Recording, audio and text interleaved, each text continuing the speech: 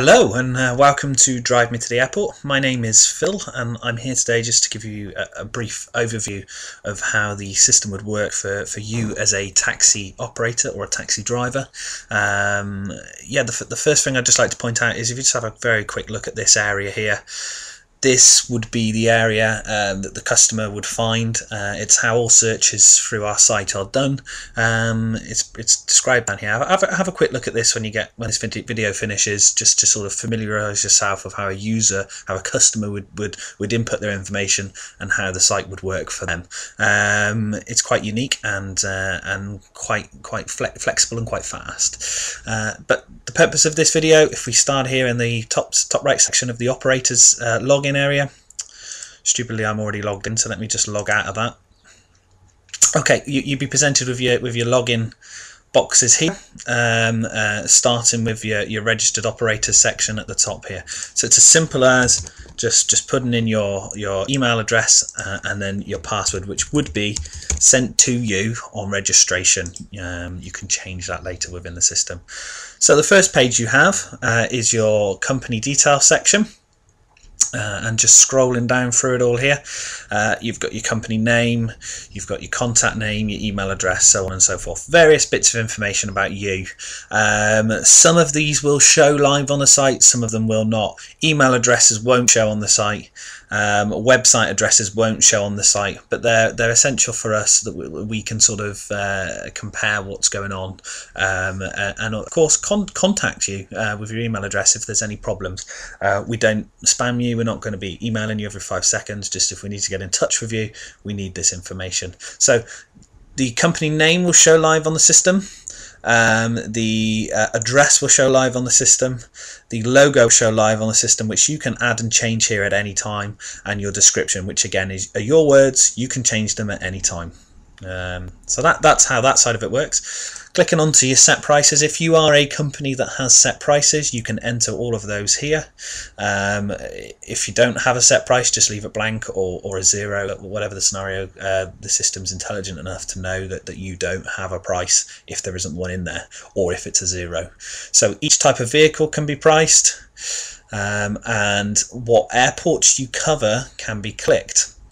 Now, if you don't click a specific airport, you will not be shown for it. So you need to tell the system what airports you specifically cover as a company.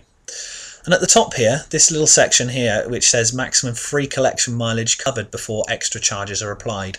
Now, this applies in the case that you have entered a set price. If you've entered a set price, that price is calculated specifically from your company location to the airport. Okay, now what you can do up here is you can tell the system how far you are willing to travel from your company location to pick somebody up in order to take them to the airport. So in my case here, it's 5 miles. So a 5-mile radius from my company is what I'm willing to drive in order to cover a set price. A little bit more on pricing in the next section, but what that will create for you, it'll mean that you won't drive 40 miles in the wrong direction to go to an airport in the opposite direction and not get charged any extra money for it. But also, you're not going to be charging too much on your set prices because you can tell the system how flexible your company is in terms of collections. Okay, moving quickly on into the next section now, which is the vehicle details section. Here you know, it always starts with 1. You must enter at least 1 vehicle, obviously, but you can also add as many vehicles as you like with this function here. This area here is about you telling yourself later on what vehicles apply to what pricing and what calendars as well up here. So in this case, I've named them Saloon, MPV and Minibus, but you could put Phil's car, Dave's car, Pete's car, you could put GL55HYY, you could put the registrations in, you can put car 1, car 2, you can do what you like with that. That's for your information. Over here, you're telling us for that car, that particular car, what it is, how much capacity it's got, what type of vehicle it is, which is important for how you show in the results. And here, you're telling the system how much you charge per mile for that vehicle. Okay, so How you would work that out is you take your set price that you may have entered earlier, and you divide that by the mileage that it is from your home address to the airport, and that gives you an idea of your per mile rate. I'm sure you probably already know what you charge per mile anyway for your vehicle. Enter that here. That's important, because if you're a company that do not work to set prices and only work on a per mile basis, then all journeys will be calculated on that figure. If you are a company that does have set prices and you've inputted in your free collection mileage, any excess mileage that is calculated on a journey, so any journey that creates an excess mileage, there'll be more explanation about this when you sign up, but just a quick overview. Any excess mileage is multiplied by this rate and then added to your company set price. Okay, so it's important that you fill this section out. You can also upload images, and if a car, if you change vehicles, or if you lose a vehicle, or if you lose a driver, you can click delete here and get rid of that, and you can add another one later on.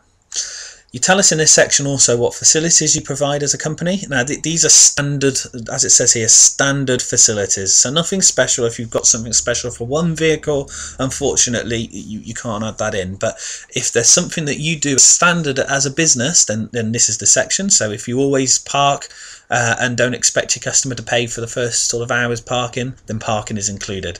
If you always go in with a name on a board, then meet and greet is included. For the remaining money that the customer owes you after booking through the system, which by the way is 90% of the booking, if you accept credit cards for that remaining money, then tick that box here. If you only ever want cash on the day with the customer in your car, then don't tick that box. I'm not going to go through them all, they're all fairly self-explanatory.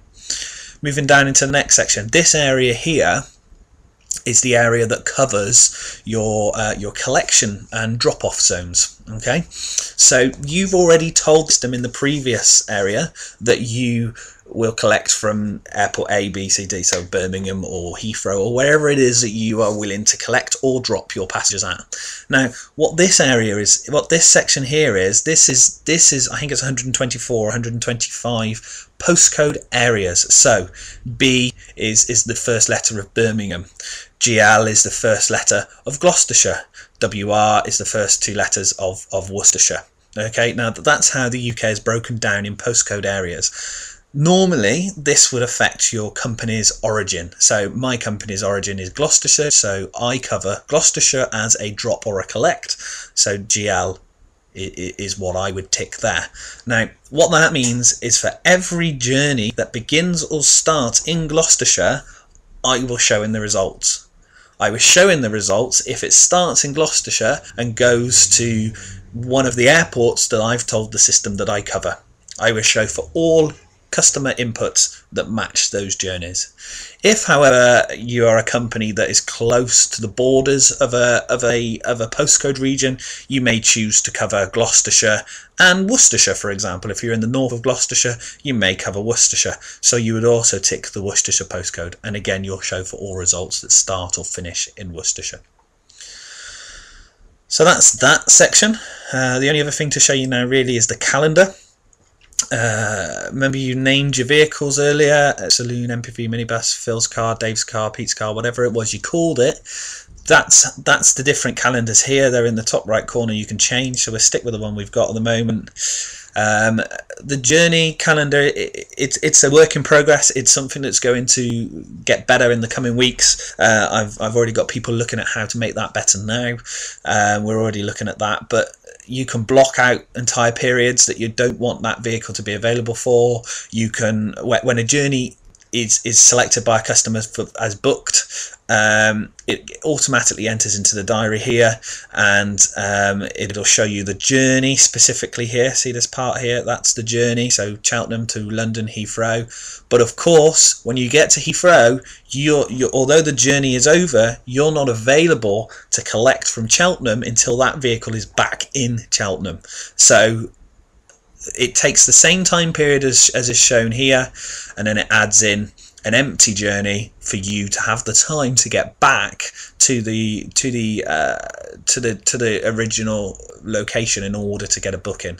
Now this is going to be advancing, as I say, in the coming weeks, and as it's now broken into 2 journeys, the system will become intelligent enough that it will know that you cannot collect from Cheltenham on empty journey, but you can collect from Heathrow. So in the future you'll be able to get booked for double journeys, which will be really, really good for you guys.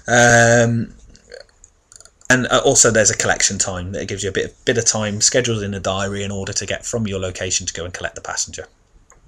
The time's quite generous, and that is on purpose. That is because we all know that there's always traffic problems, there's always issues with aircraft being delayed, and we try to make it as less chance as possible for not being able to cover a booking. So they're quite generous times. Coming down to here now, the system also is intelligent enough to swap those journeys around when you're collecting from the airport, like in this example. So Birmingham to Cheltenham, obviously you've got your empty journey is before, your collection is before, and then when you get back to Cheltenham you're free to collect. Okay, that's the calendar. You can see it in monthly, weekly or daily views. You can, as I say, you can block out entire sections if you don't want that vehicle to be available. At the moment you can take this code here, and there's instructions at this link here for how to plug that directly into your Outlook calendar, so you can view this in Outlook. However, this is something that will change, but at the moment you can't upload stuff to it. That you have to come here to add any bookings or block any timescales out that vehicle cannot be available on the Drive Me to the Airport system. That will change, and it will become far simpler to sync everything together in the coming weeks. What else do we have here? At the top of the page here we've got the change password section. So you will be email password on joining. You can come here and you can change that to something that suits your business a little bit better, and then of course for a little bit of extra protection you can log out of the system there if you choose. If you're on a computer that you don't know, then you'd want to log out, but if you don't log out, the system will be here every time you click on the operator section there, and you won't have to log back in. Okay, well that's a very quick brief overview of what to expect from the system, and a brief idea of how it works. Please again take a look back at the start here and see how the system works for a user. That'll give you an idea of how that information that I've just shown you is being used. We hope you find the system useful.